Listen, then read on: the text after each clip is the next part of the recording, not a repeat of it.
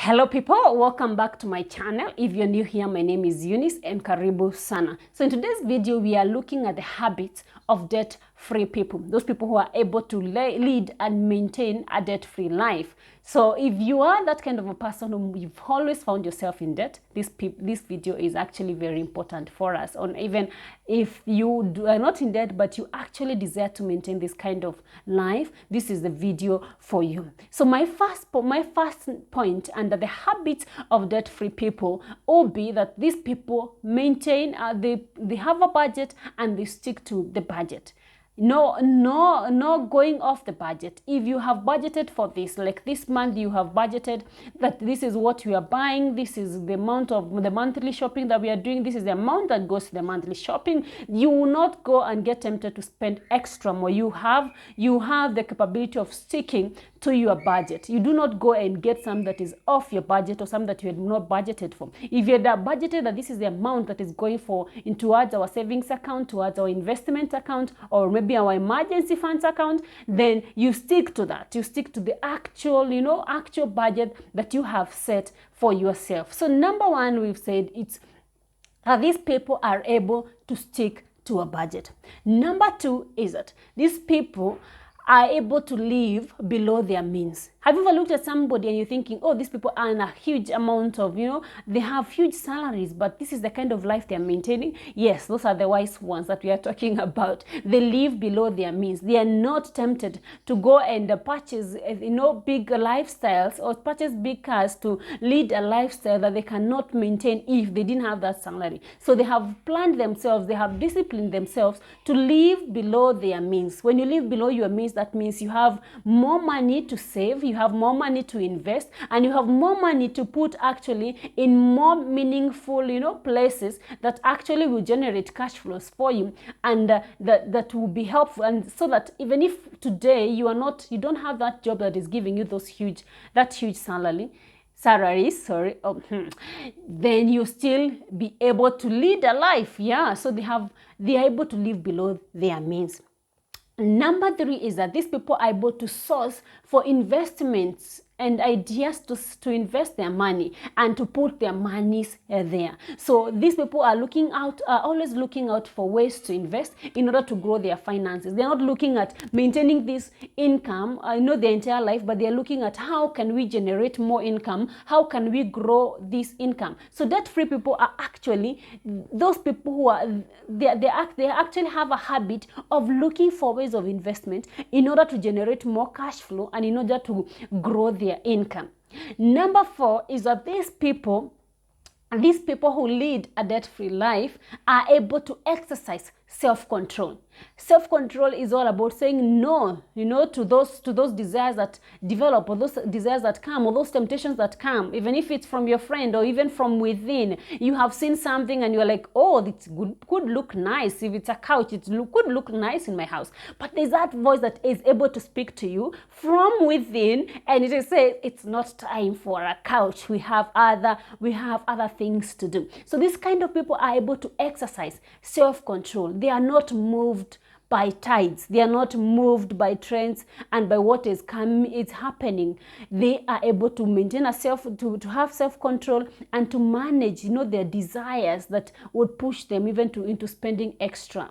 Yeah. So the next one would be that these people know how to prioritize their needs. Every month they have a list of needs that they know that needs to be attended to, and they have listed these needs on priority. What has the highest priorities? What is that we need to meet first? What is that need that needs to be met first? So they look at that, they look at their priorities, and they spend according to their priorities. This helps them to spend more wisely because they look at what has the most priority to the least priority. And if you start with what has the highest priorities, if whatever you had is finished, then you are able to keep, to maintain, to hold on, and to wait until you're able to get your next income that you can also plan, and also maybe you can raise the priority of what you had listed there below. So these people are able to make priorities and also to meet them.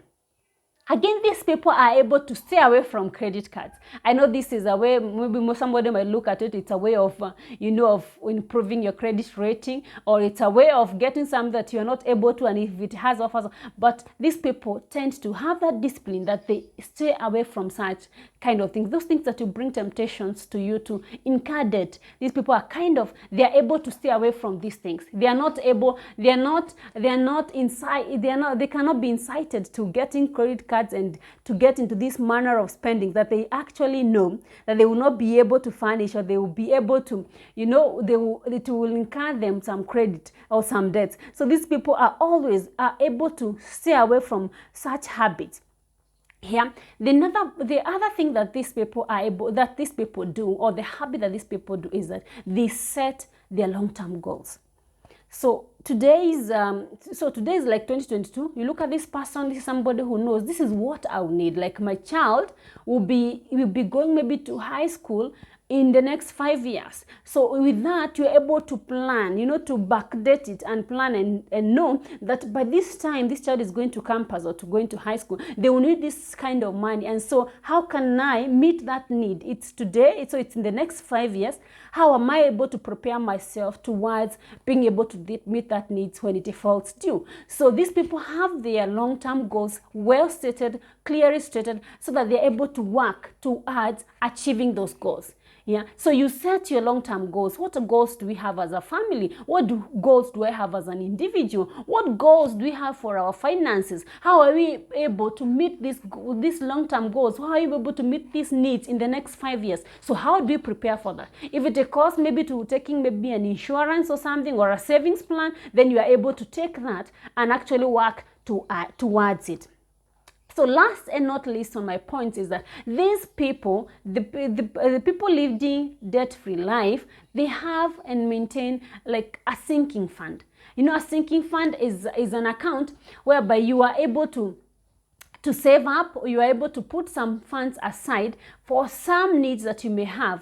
So like now you might need to service your car maybe in the next 5 months. You know that you need to get new tires for your car in the next 5 months. Maybe you need to get maybe a fridge in a given period of time. So you maintain a sinking funds sinking funds account where you put in this kind of money. So, you save every month for this particular need. So this is different from an emergency fund. It's different from maybe your normal savings account, maybe your education account. It's something that there are needs that will arise, and this is what I'm taking care of. I know I've given myself a target of 6 months.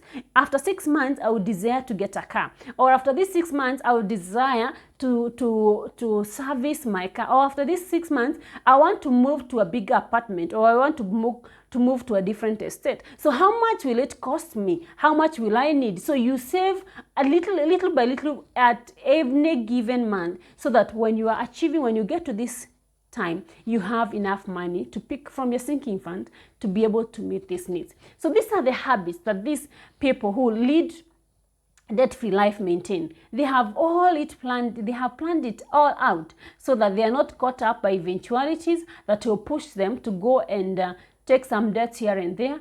And they've also exercised, as we said, they have self-control. They know when to say no. They know what to prioritize on. They know how to stick to a budget. They know what investments that they need to take. And they have planned themselves and planned their finances towards all these things. So there's not a single day that you come to them and tell them, oh, I need this amount. If it's not in their budget, if they're not set aside, they will not go incurring debt in order to meet an eventuality, because they have planned for everything. They have some funds set aside for everything. Yeah, so these are the habits of debt-free people, and I hope that we are able to lead this kind of a debt-free life, because when you lead a debt-free life, then you are settled, and you're able to now grow your wealth and also get into even bigger and larger investments that will help you and generate more income and have at least more cash flow for your family. So thank you so much for watching. Please, if you've not subscribed to this channel, please consider subscribing. Hit the notification bell so that every time I upload a video, you're able to be notified on it. So thank you so much, and I'm so glad that you've taken your time to watch this video. So see you in the next other video. It's a bye for now.